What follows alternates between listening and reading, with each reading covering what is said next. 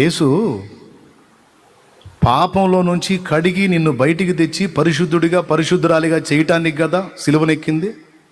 పెద్దగా చెప్పండి, అవునా కాదా? మరి నిన్ను కడిగి పరిశుద్ధపరిచి ఒక క్రొత్త జీవితంలో నిన్ను తెచ్చి పందులలో నుంచి గొర్రెల మందలోకి చేర్చి నిన్ను నూతనపరిచి నూతన అధ్యాయాన్ని నీకు ఇచ్చాడు, జీవితాన్ని. మళ్ళా నువ్వు ఈ గొర్రెల మంద నుంచి పందుల మందలోకి పోయి పందుల వ్యవహారం చేస్తుంటే మరి ఇప్పుడు నీ విషయమై సిలువ ఏమైంది? నీకోసం ఆయన పడిన ప్రయాస అంతా ఏమైంది? కడగబడిన పంది మళ్ళా బురదలోకి పోయినట్టు కుక్క తన వాంతికి, కుక్క జాతి లక్షణం ఏంటో తెలుసా? పదార్థాన్ని ప్రాప్తంగా తింటది, తిని అరాయించుకోదు. కొద్దిసేపు ఆగి మళ్ళీ ఎక్కడో చోట కూర్చొని కక్కిద్ది, మొత్తం కక్కి అప్పుడు మొదలుపెట్టిద్ది. అబ్బా, అసహ్యంగా ఉంది కదూ.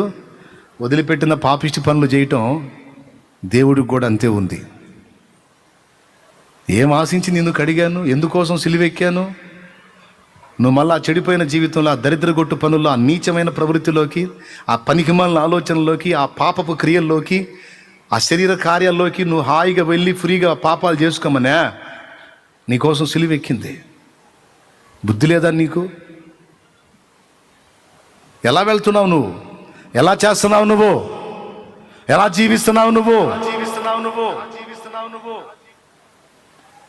ఎప్పుడో ఓసారి శోధించబడ్డా, పద్దాకలా నువ్వు అదే తంతులో కొనసాగుతున్నావు.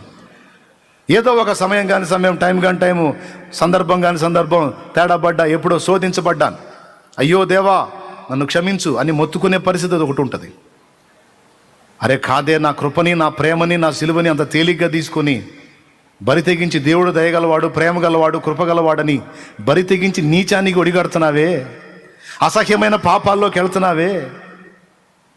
మరి నిన్ను ఈ విధంగా బతకడానికేనా నేను ప్రాణం పెట్టింది? అంటే ఇక నీ కోసం నేను పడ్డ కష్టమంతా వట్టిదేగా?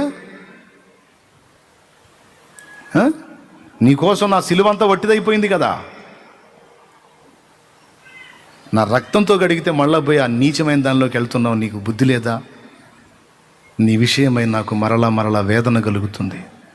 నువ్వు మళ్ళా నన్ను సిలువేస్తానికి తిప్పలబడుతున్నావు. నీ పిచ్చి పనులతో నన్ను మళ్ళీ గాయపరుస్తున్నావు అని దేవుని స్వరం మాట్లాడుతుంది.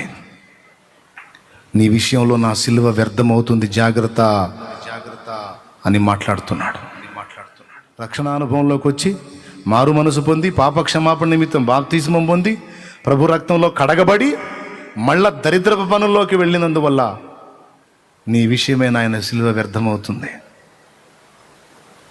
నువ్వు మారు మనసు పొంది ఆయనలో స్థిరంగా ఉండటానికి సిలువనెక్కాడు, కానీ సిలువను అడ్డం పెట్టి నా కోసం ప్రాణం పెట్టాడు, ప్రేమ గలవాడు, కృపగలవాడు, నన్ను అర్థం చేసుకుంటాడని బరి తెగించి నీచమైన పనులు చేయమని కాదు,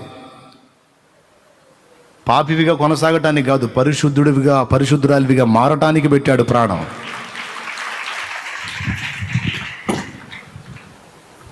మరి ఏం చేస్తున్నావు? ఎందులో కొనసాగుతున్నావు?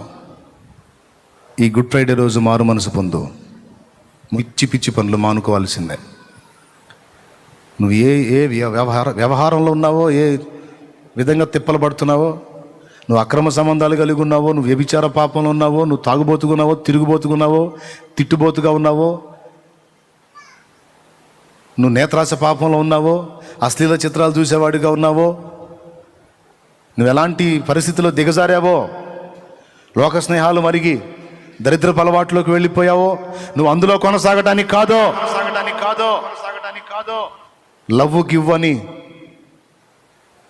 కొవ్వు వ్యవహారాలు చేసుకుంటా, పనికిమాలిన పనులు చేసుకుంటా, దేవుని బిడ్డనని చెప్పుకుంటా, వాళ్ళతో వీళ్ళతో కలిసి విచ్చలవిడి జీవితాన్ని జీవించడానికి కాదో.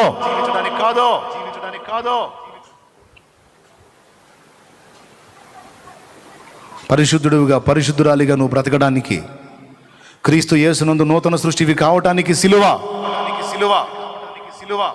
మనందరం సిగ్గు తెచ్చుకోవాలి. ఎంత స్పష్టంగా దేవుడు మొత్తుకొని చెబుతున్నా, దేవుని మాటలు వినని చెవిటి పావు వలె చెవులు మూసుకోవడానికి ట్రై చేయొద్దు. మారు మనసు పొంది దేవుని కొరకు నిలబడటానికి ట్రై చేయి.